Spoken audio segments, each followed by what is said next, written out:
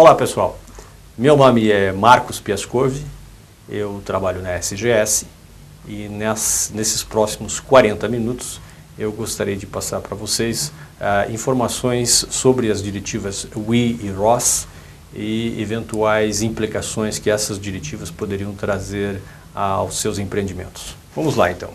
Os objetivos desta apresentação seriam então passar informações sobre as diretivas, as implicações estratégicas e, no final, uma sugestão de alguns passos que as empresas de vocês poderiam adotar para se aliar a esta diretiva. Muito bem. Os países membros da União Europeia, em número de 25, quando eles se uniram, viram aí uma oportunidade para resolver alguns problemas que cada um deles, então, estava tentando resolver de forma isolada. Os impactos ambientais causados por lixo doméstico eram exatamente um desses problemas. A legislação estava mais focada para os impactos ambientais causados pelo lixo industrial, mas aqui vira uma oportunidade de resolver esse problema. Como pano de fundo, os países da União Europeia criaram uma política chamada Integrated Product Policy. Essa política serviria então de pano de fundo para todas as novas diretivas ambientais que seriam criadas a partir deste momento. Portanto, esse Integrated Product Policy, essa política chamada então IPP, foi promulgada no dia 18 de julho de 2003 e ela tinha então 3 finalidades básicas.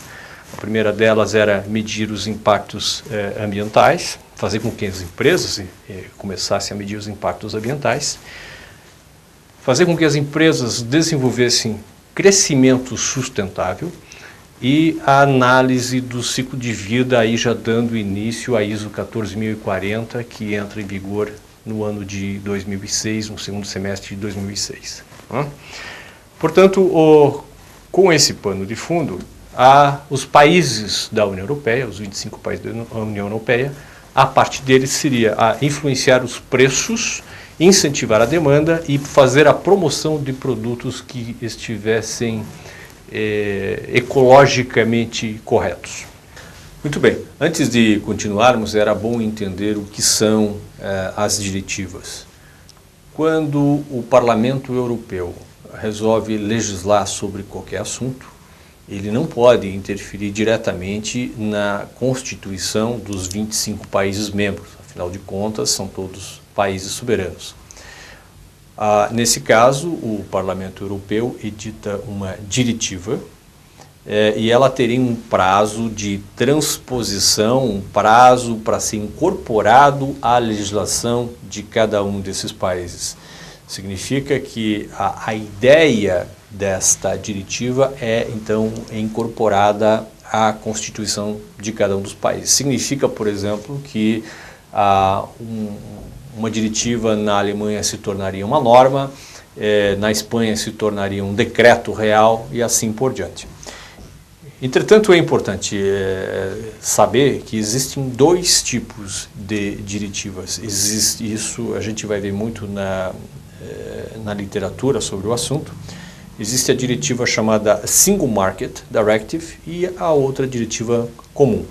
Diretiva Single Market significa que, por exemplo, no caso da ROSS, e a ROSS é uma diretiva Single Market, 6 substâncias estão proibidas.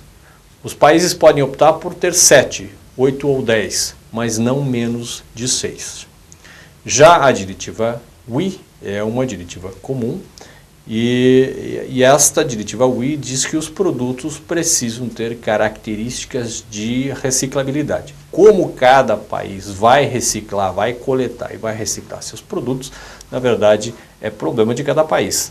A forma como a Alemanha vai fazer isso é diferente da forma como a Turquia vai fazer isso. E razão pela qual nós vamos encontrar 25 versões da diretiva WEEE.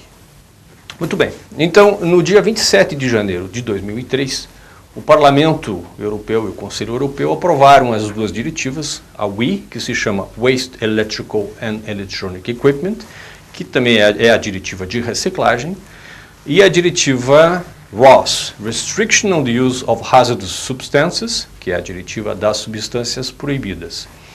A fase de transposição, ou seja, para que o tempo que essas diretivas necessitariam para serem incorporadas à legislação de cada país, isto já terminou. Isso aconteceu no dia 13 de agosto de 2004.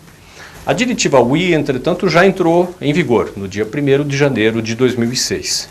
E a diretiva RoHS entra em vigor no dia 1º de julho de 2006. Então, quem é afetado por estas duas diretivas? Empresas que mantêm ou planejam ter relação comercial com qualquer um dos 25 países da União Europeia, os fabricantes dos produtos eletroeletrônicos, fabricantes de componentes, importadores sediados na União Europeia e até mesmo os revendedores estão afetados. Não há qualquer tipo de isenção para a pequena ou média empresa, seja aqui ou lá, na União Europeia. Por que as diretivas foram criadas? O que é que tem por trás disso? O motivo é que em 2004, com base nas estatísticas disponíveis até então, apenas 15 países da União Europeia produziram cerca de 9,7 milhões de toneladas de lixo eletrônico. Isso é uma quantidade absurda de lixo eletrônico, se vocês imaginarem, se colocar esses produtos em cima de caminhões de 45 toneladas, caminhões de 3 eixos, daria para, e alinhasse uma atrás da outra, vocês iriam de São Paulo à Bahia e de volta. O grande problema também é que esse tipo de lixo eletrônico tem a tendência de dobrar a cada 10 anos, exatamente porque o poder aquisitivo dos moradores da União Europeia é muito alto e eles trocam muito rapidamente de produtos eletrônicos, ou seja, de um lado eles têm mais dinheiro e do outro lado o ciclo de vida desses produtos também diminui. Os produtos da linha branca, fogões, geladeiras, micro-ondas, representam praticamente metade desse tipo de lixo, seguido então por equipamentos de IT, computadores e lâmpadas, equipamentos de iluminação. O problema é que o WEEE representa uma fonte de degradação importante para o meio ambiente e desperdício de recursos, até mesmo para países ricos como a da União Europeia. E havia também a necessidade de se criar uma legislação para evitar que esses países ricos exportassem esse lixo ali para os países do leste europeu. Então a diretiva também proíbe a exportação desse lixo europeu sem que haja um tratamento.